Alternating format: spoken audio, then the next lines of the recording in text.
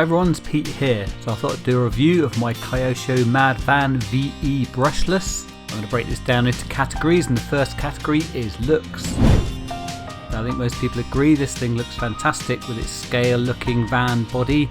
So they've done a gorgeous deep red metallic finish on the Lexan, and then they've got some hard plastic scale bits that really finish it off. So this has got light buckets, which makes the lights look really realistic, and you put optional LEDs in, which I have done.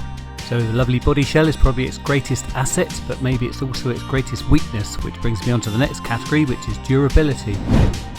So durability wise, I haven't really broken anything as such, but on the body the back lights keep popping out, which has damaged the Lexan a bit, and also the edges of the front grille come out, and I've lost one of the little clips which holds it in. And it's worth saying I haven't done any major big jumps with this, that's just some general rollovers and some low jumps. So what I've done since then is to use some Sugru on the back of the lights, and hopefully that will stop them coming out. So the lights are a bit of an issue, but the other details like the sun visor and the roof bars are good and provide a bit of protection for the body.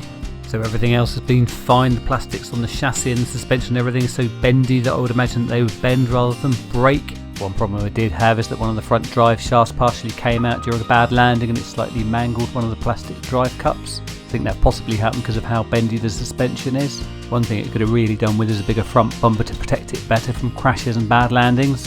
The drivetrain's got all metal gears, and I've opened it up and had a look inside, and they look to be high quality, so they should last well. One thing I've noticed though with the metal gears is it's quite noisy at speed.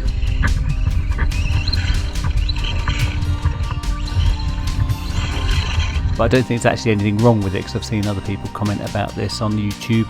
So overall the durability is pretty good, and the next category is performance. So performance wise is pretty lively, as you might expect from quite a lightweight RC car with a 4000 kb brushless system and a 2S LiPo. On the box they're claiming a top speed of 60 km/h, which is about 37 miles per hour. I've not tested it myself, but I've seen people getting pretty close to this. One thing I have noticed is that the tyres aren't that well balanced and the wheels wobble about a bit at top speed.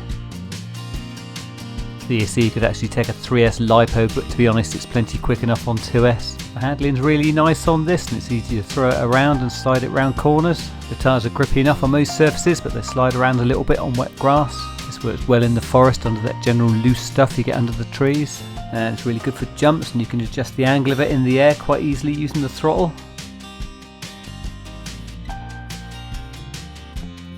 So overall the performance is really good, and this is a fun RC truck. And next I'm going to compare this with some other RC cars.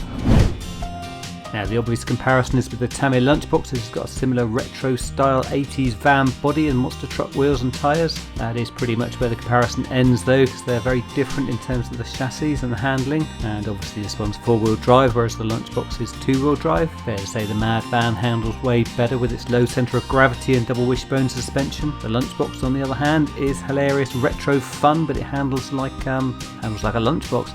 So the other RC I'm going to compare this to is the Arrma Granite, which like the Mad Van is a 4-wheel drive truck with big tyres and quite a low centre of gravity. So these two are fairly similar in terms of the general layout of the chassis and the suspension, but the Mad Van's much more lightweight in terms of its actual weight and also how it's built. The Granite feels incredibly solid despite having a lot of plastic components, and it's held together mainly with nuts and machine screws. As previously mentioned, the Mad Van's made from quite bendy plastic, and it's held together largely with self-tapping screws tapping into plastic. The design of the Mad Van chassis is more like a 4-wheel drive buggy really, like the Tamiya TT02 but with big wheels on. It's worth saying that the Mad Van's got all metal gears, whereas the Granite's got plastic gears apart from the pinion, which is steel. Having said that though, the Granite gears are incredibly hard wearing. So price wise the Mad Van's currently £270 in the UK, and that seems about right if I compare it to the Granite, which are about £330 at the moment and worth that extra £60 in my opinion. So the next thing to discuss is, should you buy it?